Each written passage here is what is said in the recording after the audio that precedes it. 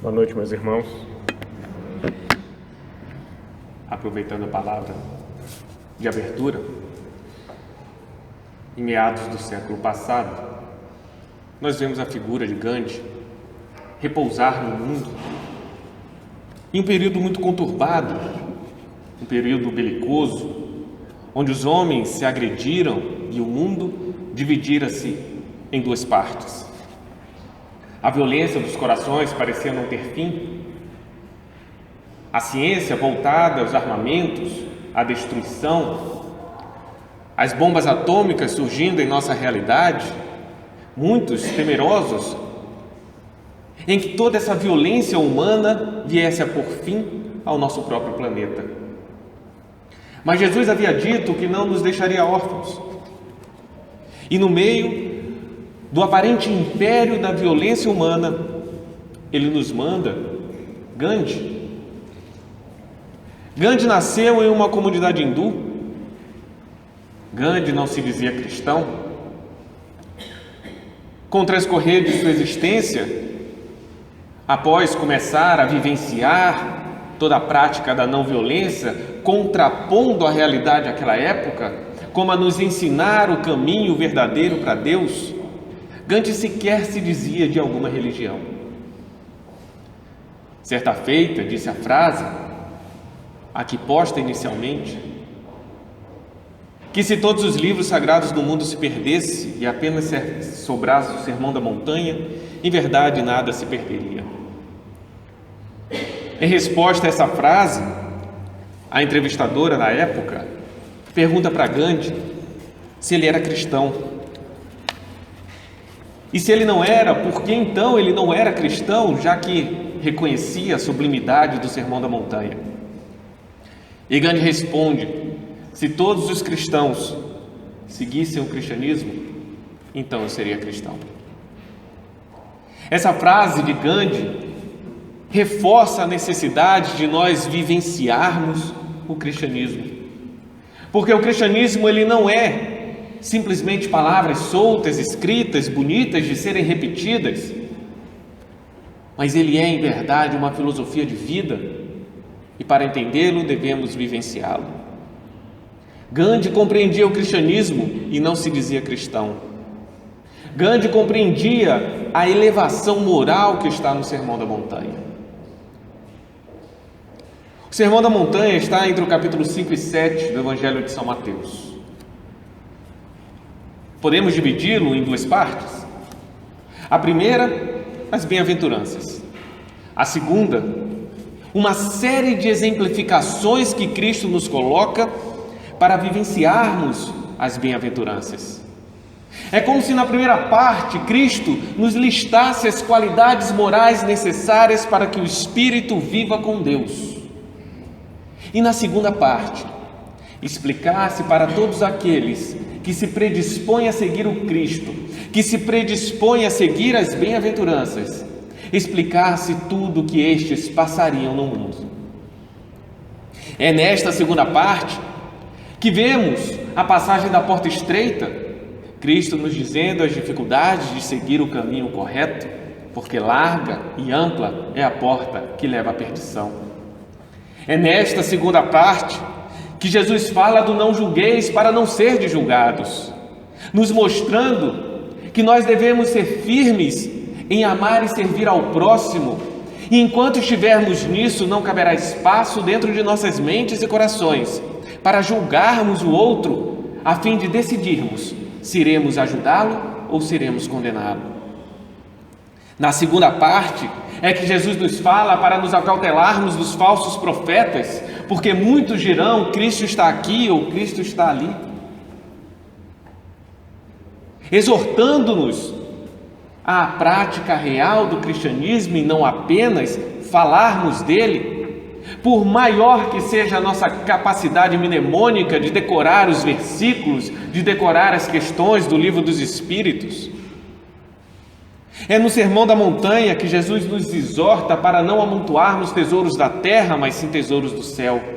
Porque tudo que está na terra, tudo que há de material, tudo que está presente no nosso contexto material, é apenas uma ferramenta de educação moral do espírito, e não deve ser o objetivo de nossa existência.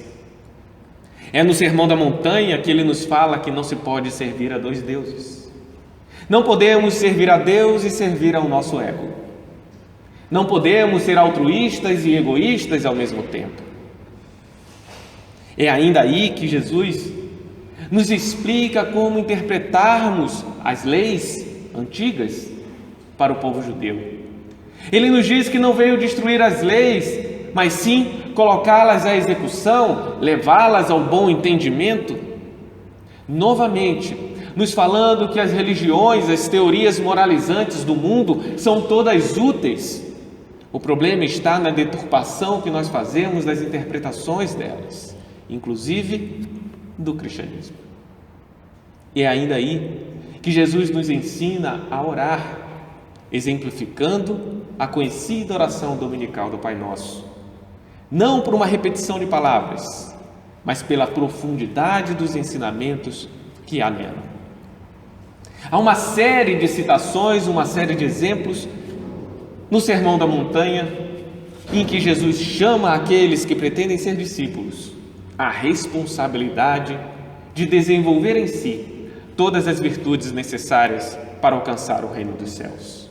E estas virtudes, ele as cita todas na primeira parte do Sermão da Montanha, as bem-aventuranças. E Jesus começa dizendo: bem-aventurados os pobres de espírito, porque deles é o reino dos céus. Causa-nos estranheza, porque os pobres de espírito, porque deles é o reino dos céus. Geralmente interpretamos pobres como aqueles que não têm posses materiais, como aqueles que não têm oportunidades neste planeta. Mas Jesus, em todo o seu evangelho, jamais falou em um só versículo de coisas materiais. Jesus fala ao espírito e fala de coisas morais. Ele fala dos tesouros do céu e não dos tesouros da terra. Ora, o que seria o pobre, senão aquele que financeiramente é menos aprazado? Jesus nos fala pobre como aquele que não tem. E podemos não ter muitas coisas. Podemos não ter finanças, pobres financeiramente. Podemos não ter tempo, somos pobres de tempo. Podemos não ter amor, somos pobres de amor. Podemos não ter paciência, podemos não ter muitas coisas. E Jesus coloca que o reino dos céus é para os pobres de espírito. Ora, o que o espírito realmente pode ter?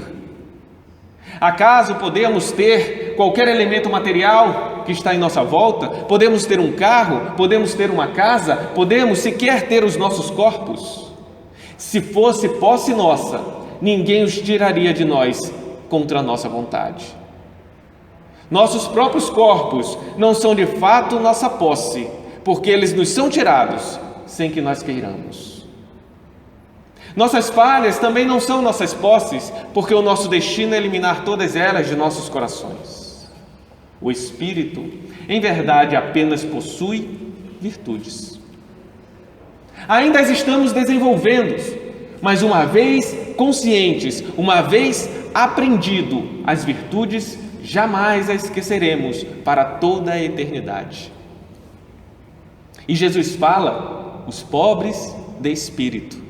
Não são aqueles que não têm virtudes, mas aqueles que têm consciência que de si mesmo nada produzem para o universo, e toda a virtude e tudo que há de bom dentro dele vem de Deus. De mim mesmo, Senhor, nada possuo. Minha luz é apenas um reflexo da luz do Criador. Ou nas palavras do próprio Cristo: não faço nada de minha própria vontade, faço apenas a vontade daquele que me enviou. Jesus tem a consciência de que Deus está governando este universo e nós temos por função, por destino, sermos um espelho de Deus. Tal como a lua é satélite, não estrela, e reflete a luz do sol nas trevas da noite deste planeta, iluminando-a, mas de si mesmo não tem luz. A beleza da lua, a utilidade de sua luz em nossa noite, vem de uma estrela que é o sol. E isso não faz da lua menos útil. Nós somos satélites a refletir a estrela de Deus. Os pobres de espírito são aqueles que têm as virtudes do espírito, mas têm consciência de que de si mesmo nada produzem, apenas refletem Deus. Deles é o reino dos céus, mas não deles como uma posse pessoal, porque senão Jesus estaria se negando. O reino dos céus só é daqueles que não o querem possuir para si. Se eu tenho consciência de que tudo vem de Deus, que todo dom perfeito e toda boa dádiva vem do Pai das luzes, como diz na carta de Tiago, eu não quero o reino dos céus para mim, e por isso participo dele. Bem-aventurados os pobres de espírito, porque deles é o reino dos céus. E Jesus ainda fala: bem-aventurados os que choram, porque serão consolados. Alguns dizem que isso seria uma apologia ao sofrimento, que Jesus queria que nós sofrêssemos. Alguns falam isso do próprio Espiritismo, mas o ensinamento é muito mais profundo. Em outra passagem, o Cristo nos fala que o reino de Deus não é deste mundo. Ora, se nós servirmos a Deus, nós não estamos servindo aos interesses mundanos. E, evidentemente, o mundo não irá nos apoiar e nos aplaudir só porque estamos agindo certo, se a nossa maneira de ser vai de encontro aos interesses do egoísmo e do orgulho humanos. Os que choram são aqueles que não se satisfazem com o que o mundo oferece, porque nós choramos quando não estamos satisfeitos. Nós choramos quando não encontramos prazer, satisfação naquilo que estamos vivendo. Não é um choro de dor, não é um choro de sofrimento, é um choro de insatisfação. Não uma insatisfação martirológica, mas pela impossibilidade do mundo satisfazer os anseios daqueles que realmente seguem o Cristo. E bem-aventurados esses que não se satisfazem com as volúpias comuns no plano material, porque eles serão consolados, pois a vida real não é a vida na matéria, a vida real é a vida moral. E estes que passam dificuldades no plano material pelo simples fato de estarem agindo correto perante Deus, são consolados por sua consciência reta e tranquila, apesar das dificuldades que vivem no mundo. Bem-aventurados são eles e serão consolados. Bem-aventurados os mansos, porque herdarão a terra. Ora, mas acabamos de falar que o plano material não é a vida real, como diz Jesus: bem-aventurados os mansos, porque herdarão a terra. Esta terra que Jesus nos fala não é o nosso plano material destinado a se acabar. Esta terra que Jesus nos fala é a mesma terra que Deus prometeu a Abraão, o patriarca. É aquela terra feliz do paraíso perdido. Não o paraíso físico, porque a Bíblia é moral, mas o paraíso dos nossos corações em retidão com Deus. Há uma frase que diz: a seara do Cristo são os corações humanos. O terreno que Jesus fertiliza não é o terreno do solo físico, mas o terreno do íntimo de cada espírito que Deus colocou sob os seus cuidados. É a terra de nossos corações. E os mansos herdarão a terra prometida, herdarão a terra de paz, de felicidade, a terra de satisfações em Deus. Seus corações serão purificados. Seus corações estarão em comunhão com o Pai. E eles herdarão, porque é a nossa herança, porque fomos criados para sermos felizes, porque fomos criados para ser moralmente perfeitos. Basta que tenhamos desenvolvidos as virtudes a quais fomos destinados. Bem-aventurados os mansos, porque aquele que não lida com as situações com mansuetude, não consegue ter o discernimento que traz o equilíbrio necessário para que ele produza de si toda a benesse de Deus em nossos corações.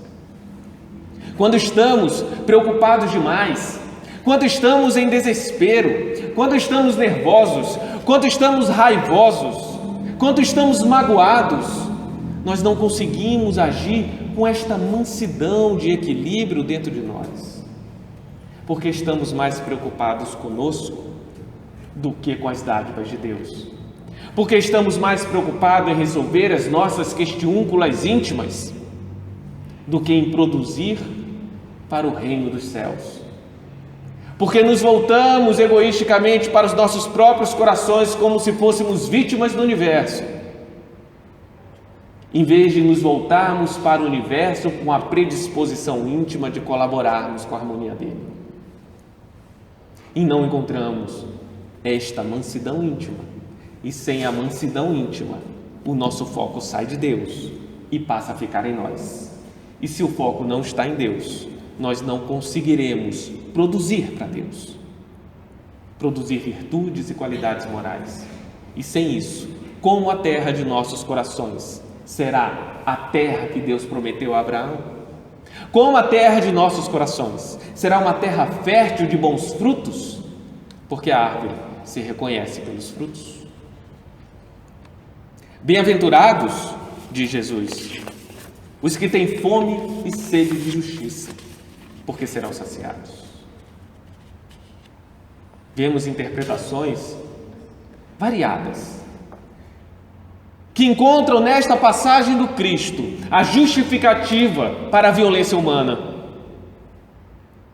Muitos justificaram guerras ditas santas, porque aqueles que têm fome e sede de justiça serão saciados. Mas Jesus não fala da justiça humana.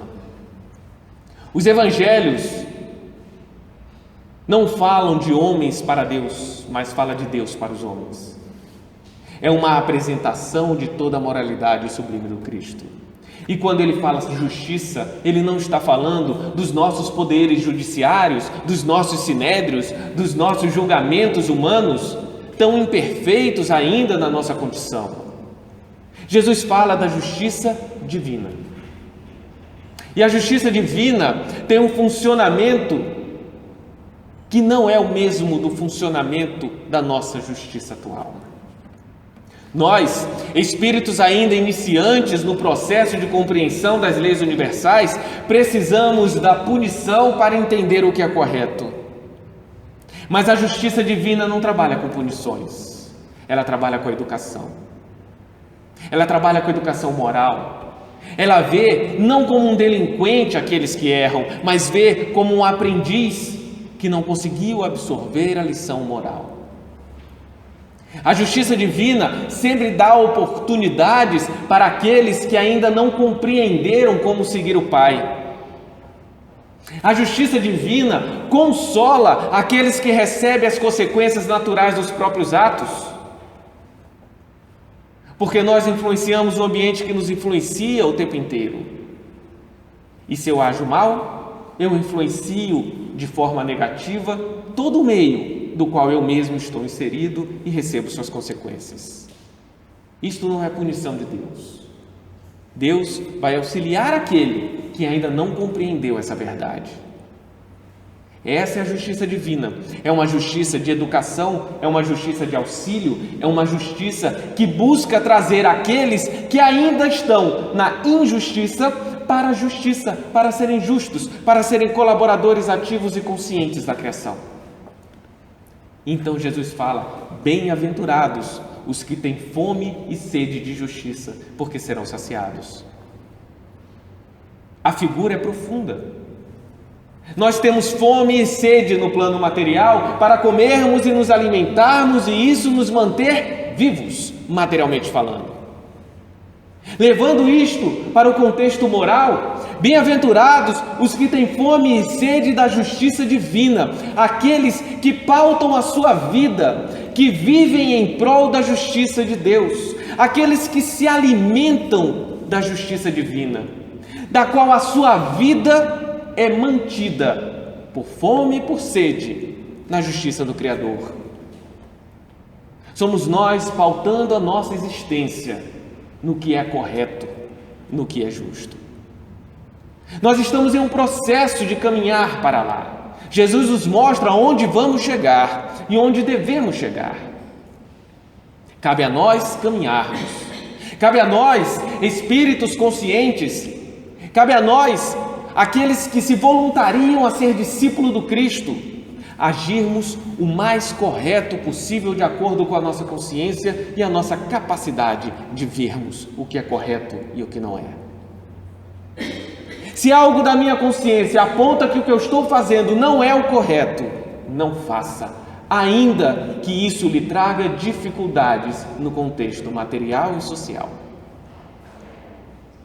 Quantas vezes eu paro em fila dupla nos carros, justificando a mim mesmo que vou ser rapidinho? E se todos fizessem isso, meu irmão?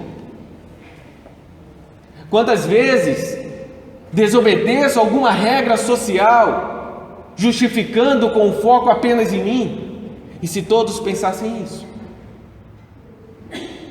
Quantas vezes não quero perdoar alguém porque considero o ato dele grave demais para merecer perdão? Imagina se Jesus pensasse assim para conosco. O que é correto é correto, e o que não é correto, não é correto. O que Jesus nos pede é para que nós tenhamos fome e sede de justiça divina. Que os nossos esforços, tal como diariamente eu me esforço para alimentar este corpo físico e mantê-lo saudável, que o meu esforço seja diuturnamente para me alimentar com a justiça de Deus e me manter moralmente saudável. Porque eu serei saciado se buscar a justiça divina. A revolta não caberá em meu coração, o desespero não terá lugar, as mágoas, tristezas e depressões não serão possibilidades dentro de mim, porque eu tenho uma fé imorredoura, uma certeza de que absolutamente tudo que ocorre nesse universo é justo e bom, porque provém do Pai. Bem-aventurados os misericordiosos, porque alcançarão misericórdia.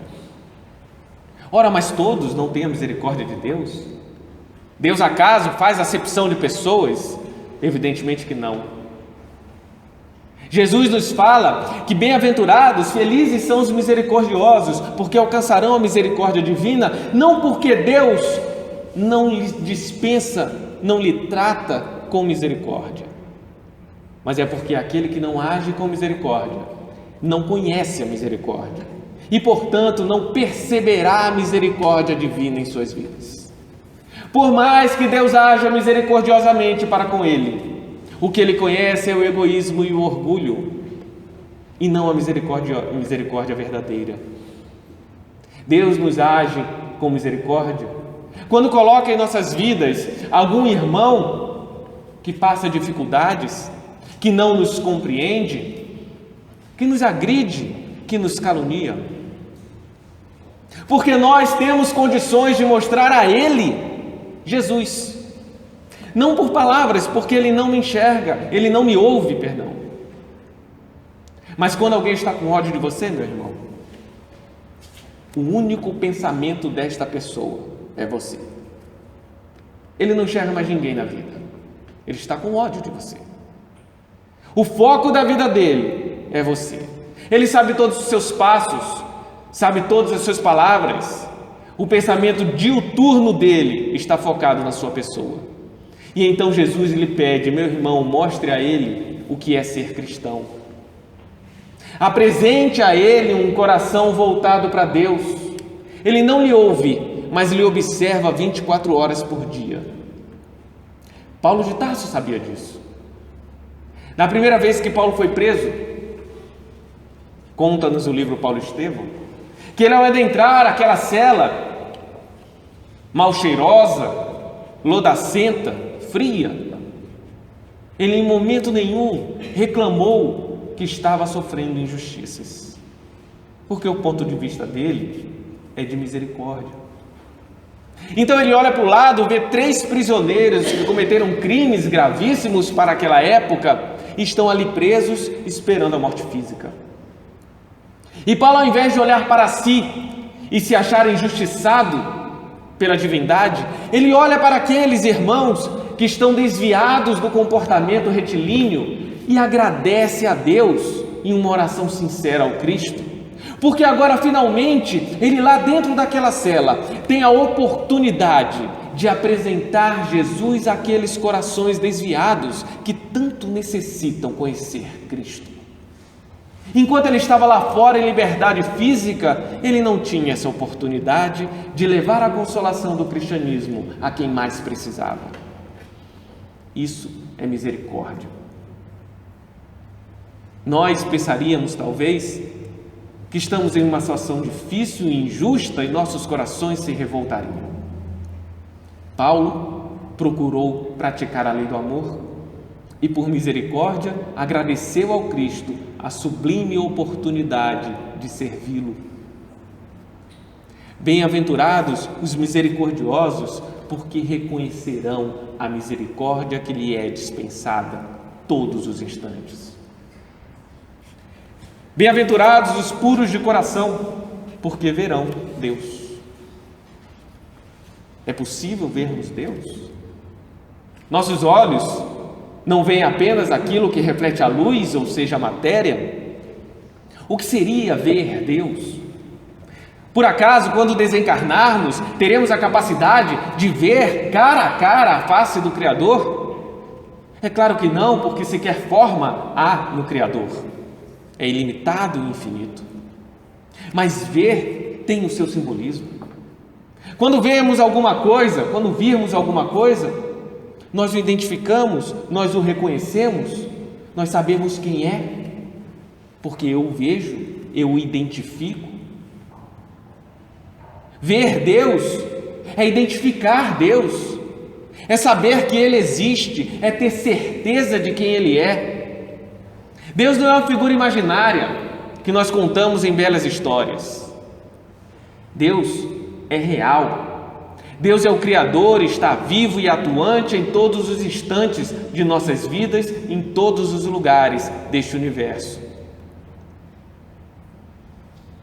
Deus é um Deus vivo, está no Evangelho. E Jesus fala que os puros de coração verão Deus. Aqueles que mantêm o coração puro, exatamente como o Criador o criou.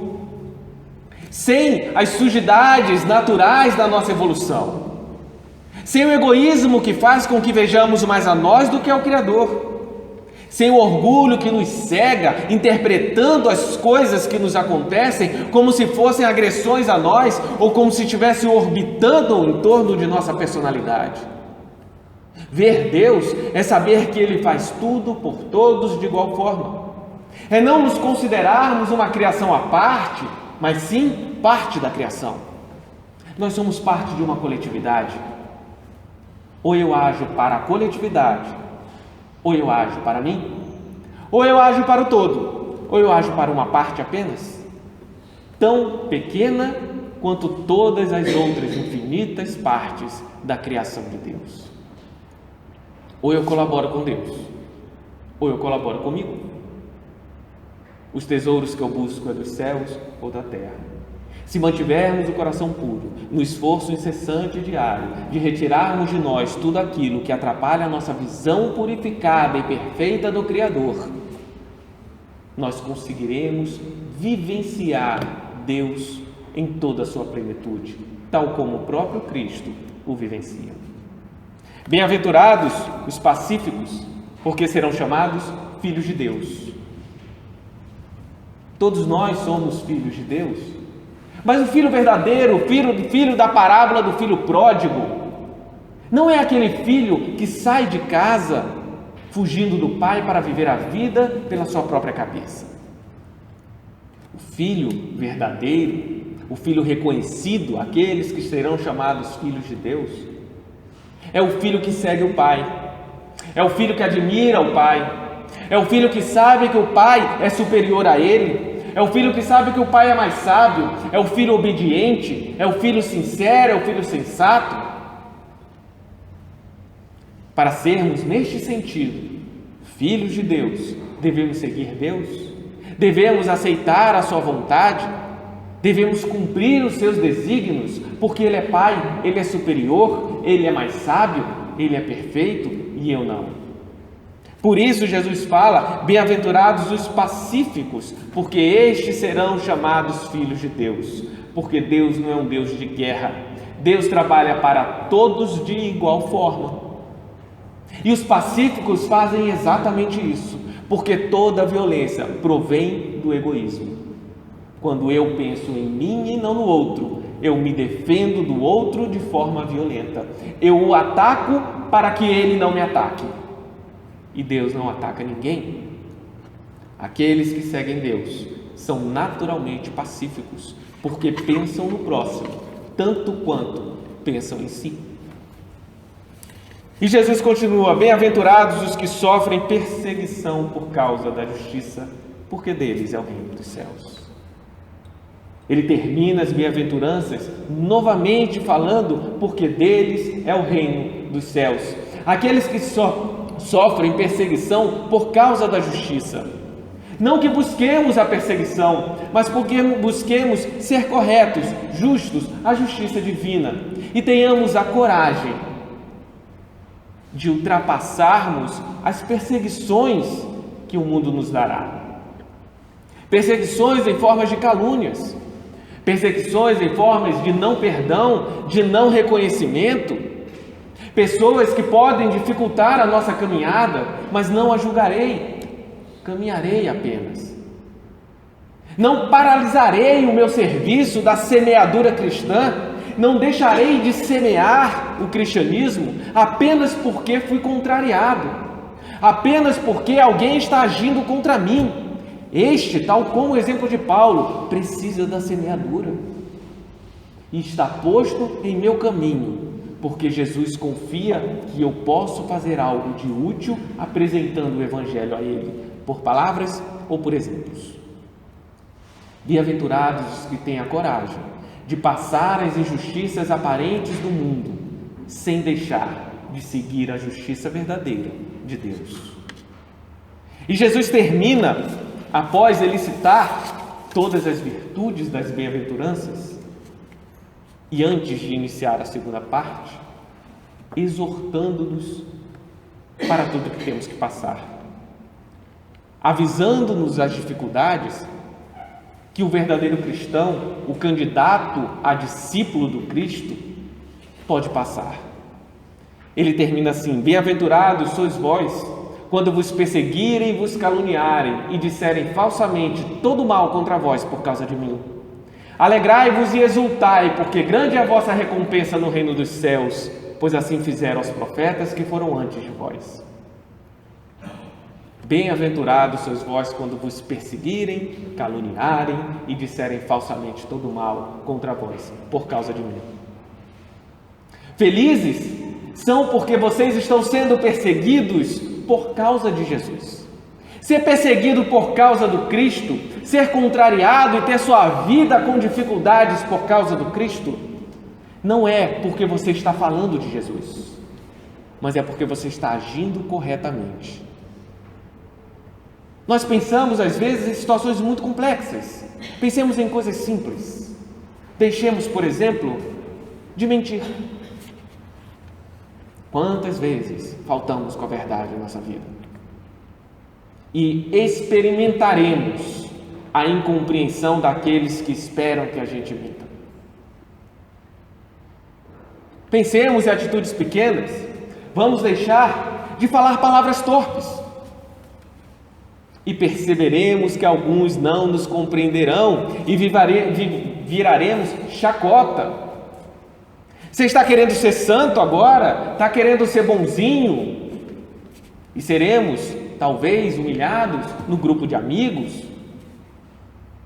Comecemos a pensar diversas ações pequeninas que nós podemos fazer, eliminando de nós atitudes que não beneficiam a absolutamente ninguém. Até chegarmos à condição de higienizarmos as nossas mentes, porque pensamento é ato. O ato externo é apenas uma parte refletida exteriormente do que pensamos.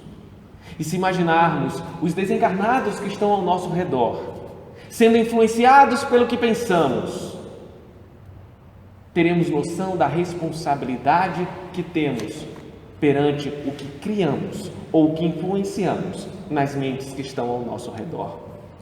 Por isso o Espiritismo fala da higienização mental, por isso que o Espiritismo fala da transformação íntima, do controle das emoções, do purificar dos sentimentos, porque tudo isso reflete o que somos, o que influenciamos no exterior a retornar a nós mesmos. E quando modificamos isso, modificamos nossos hábitos, aqueles que estão acostumados com os nossos hábitos anteriores, não necessariamente aceitarão de pronto. E mesmo os que nos amam, que gostam de nós, irão querer a nossa personalidade anterior. Quantos processos obsessivos não são nada mais do que amigos nossos que querem que nós continuemos a ser o que éramos antes e não aceitam em hipótese nenhuma mudarmos certos hábitos, ainda que esses hábitos representem hábitos melhores, mais aprazíveis, mais benéficos para mim e para todos os outros. Eles apenas gostam de mim do jeito que eu era e não do jeito que eu estou me transformando. Se em processos com desencarnados ocorre, somos todos espíritos, com encarnados ocorrerá também. E bem-aventurados seremos nós, se passarmos por todas essas dificuldades, com o coração altivo, com o olhar fixo em Jesus, se enfrentarmos as dificuldades do mundo por amor ao Evangelho, seguindo a nossa consciência, fazendo o que é correto, sem agredir, sem julgar, amando e servindo a todos, independentemente do que Ele faça.